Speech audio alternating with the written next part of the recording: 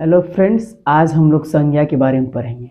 Bihar board में matric exam में संज्ञा से 5 नंबर के क्वेश्चंस आते हैं, तो हम वही पढ़ेंगे जो क्वेश्चंस आता है और उसे ही समझेंगे। तो आइए शुरू करते हैं।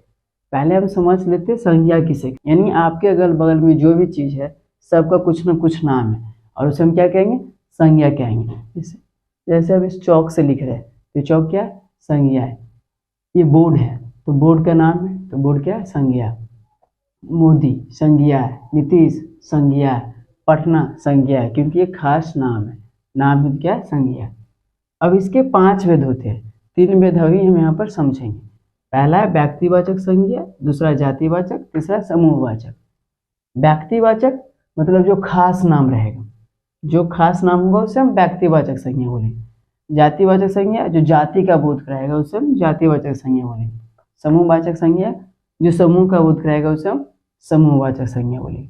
अब उसे हम एग्जाम्पल से समझते हैं। जैसे हम एक लिखते हैं विद्यार्थी, क्या विद्यार्थी।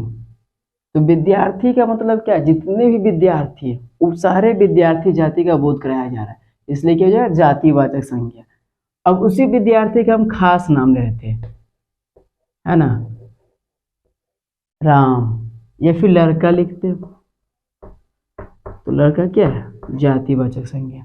उसका खास नाम ले लेंगे राम, तो व्यक्तिवाचक संज्ञा। गांव लिखते हैं, क्या, गांव।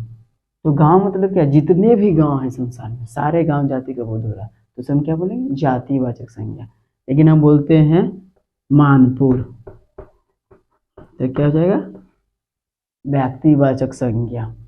बोलते हैं शहर, तो जितने भी दुनिया में शहर है सारे शहर का बोध हो रहा है। लेकिन हम बोलते हैं नई दिल्ली तो क्या हो जाएगा, व्यक्तिवाचक संज्ञा। क्यों, क्योंकि नई दिल्ली खास शहर का नाम है। ठीक है। हम बोलते हैं किताब, तो जितने भी किताब है सारे किताब जाति का बोध हो रहा है। लेकिन हम बोलते हैं वीथिका का किताब तो क्या हो जाएगा, व्यक्तिवाचक संज्ञा हो जाएगा। या फिर जो है तो क्या है, जातिवाचक संज्ञा। या फिर जो स्टूडेंट फ्रेंड का किताब तो क्या हो जाएगा, व्यक्तिवाचक संज्ञा। हम बोलते हैं कलम, ये कलम क्या हो जाएगा, जातिवाचक संज्ञा। हम बोलते हैं सीता, तो सीता क्या है, खास लड़की का नाम, हो जाएगा व्यक्तिवाचक संज्ञा। तो व्यक्तिवाचक जो खास का बोध कराएगा, खास नाम होगा, व्यक्तिवाचक। जातिवाचक संज्ञा जो जाति का बोध कराएगा उसे हम जातिवाचक संज्ञा कहेंगे। अब आया था समूहवाचक संज्ञा पर, जो समूह का बोध कराएगा। अब जैसे विद्यार्थी है, विद्यार्थी का समूह क्या बनेगा, वर्ग, जिसको क्लास बोलते हैं इंग्लिश में। या फिर कक्ष, तो ये कक्ष क्या है, विद्यार्थियों का समूह है, ये समूहवाचक संज्ञा। गिरोह, डाकुओं का समूह है तो क्या जाएगा, समूहवाचक संज्ञा। भीड़, लोगों का समूह है तो क्या जाएगा, समूहवाचक संज्ञा। गुच्छा, चाबियों का गुच्छा या फिर केले का गुच्छा तो क्या जाएगा, समूहवाचक संज्ञा। दल, खिलाड़ियों का समूह, खिलाड़ियों का जो समूह क्या होता है, दल। जैसे हम लोग क्रिकेट खेलते हैं फिर कबड्डी खेलते हैं तो उसमें टीम बनाते हैं, एक टीम दूसरी तरफ एक टीम हमारी तरफ, तो एक जो दल बनता है वो क्या, समूहवाचक संज्ञा। तो ये है व्यक्तिवाचक संज्ञा, जातिवाचक संज्ञा, समूहवाचक संज्ञा। अब आ जाते हैं हम दो और जो हमारा संज्ञा बच रहा है, द्रव्यवाचक संज्ञा, जिसको मापा या तौला जाता है, मापा या तौला जाता है, मापा या तौला जाता है। भाववाचक संज्ञा, अनुभव किया जाता है, जिसको अनुभव किया जाता है।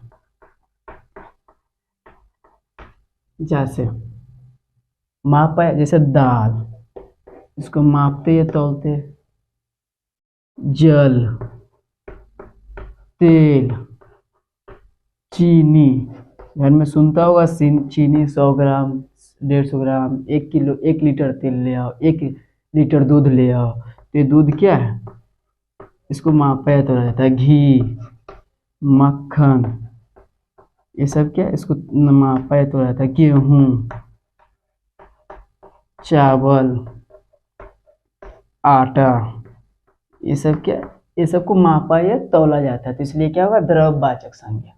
भाववाचक संज्ञा जिसको महसूस किया जाता है, जैसे में दयालुता, इसको महसूस किया जाता है, इसको देखा नहीं जाता। ईमानदारी, ईमानदारी महसूस की जाती है, देखा नहीं जाता। या फिर जो है प्रेम, इसको महसूस किया जाता है। या फिर है नफरत, इसको महसूस किया जाता है। जिसको महसूस किया जाता है उसको बोलेंगे भाववाचक संज्ञा। जिसको मापा या तोला जाता है उसको बोलेंगे द्रव्यवाचक संज्ञा। जैसे हम दाल, जल, तेल, चीनी, दूध, घी, मक्खन, गेहूं, ये सब क्या है, द्रव्यवाचक संज्ञा। भाववाचक संज्ञा जिसको अनुभव किया जाता है, जैसे दयालुता, प्रेम, ईमानदारी, नफरत, ये सब क्या है, भाववाचक संज्ञा। अब क्वेश्चन कैसे आता है उसे थोड़ा सा समझते हैं।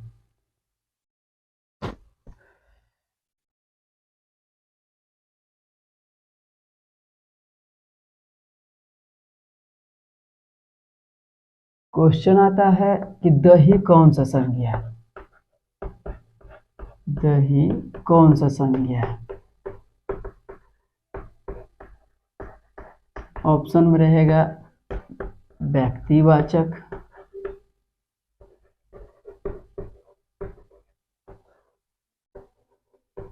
समूहवाचक,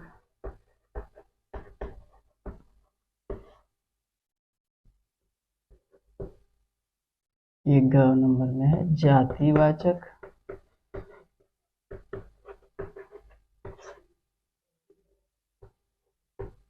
द्रव्यवाचक। अब दही कौन सा संज्ञा, तो दही खास नाम नहीं है तो द्रव्यवाचक संज्ञा नहीं होगा। समूह का बोध हो नहीं रहा ये समूहवाचक संज्ञा भी नहीं होगा। जाति का भी बोध नहीं हो रहा तो जातिवाचक संज्ञा भी नहीं होगा। दही क्या, दही को क्या करते हैं, मापते या तौलते हैं, और ये द्रव्य का नाम है इसलिए क्या हो जाएगा, द्रव्यवाचक संज्ञा। पूछे बुढ़ापा कौन सा संज्ञा है, बुढ़ापा कौन सा संज्ञा है।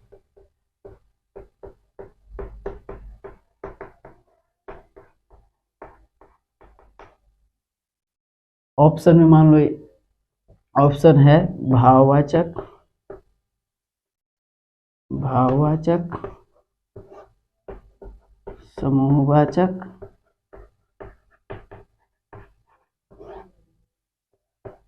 जातिवाचक,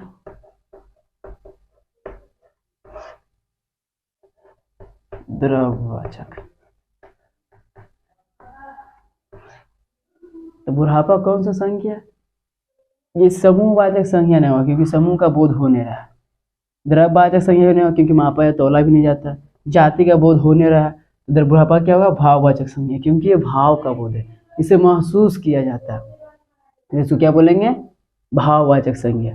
तो कुछ इसी तरह से क्वेश्चंस एग्जाम में आते हैं। मैं कुछ क्वेश्चंस कम्युनिटी सेक्शन में डाल दूंगा, उससे आप सोल्व करेंगे और उसका आंसर भेजेंगे कमेंट सेक्शन में, इससे आपको पता चल जाएगा कि जो आपको समझ में आया कि नहीं आया। ठीक है, तो थैंक यू, उम्मीद है कि आपको समझ में आएगा और ये आपके एग्ज़ाम के लिए हेल्पफुल होगा। धन्यवाद, फिर मिलते हैं अगले वीडियो में, उसमें हम लोग सर्वनाम के बारे में पढ़ेंगे और उसके बाद जो है विशेषण के बारे में। आपको मैं जो है सर्वनाम, संज्ञा, विशेषण, समास, ये सब मैं आपको कंप्लीट करा दूंगा एग्ज़ाम से पहले। तो मेरे चैनल को सब्सक्राइब कर ले, लाइक कर ले और शेयर करें। Thank you, have a nice day.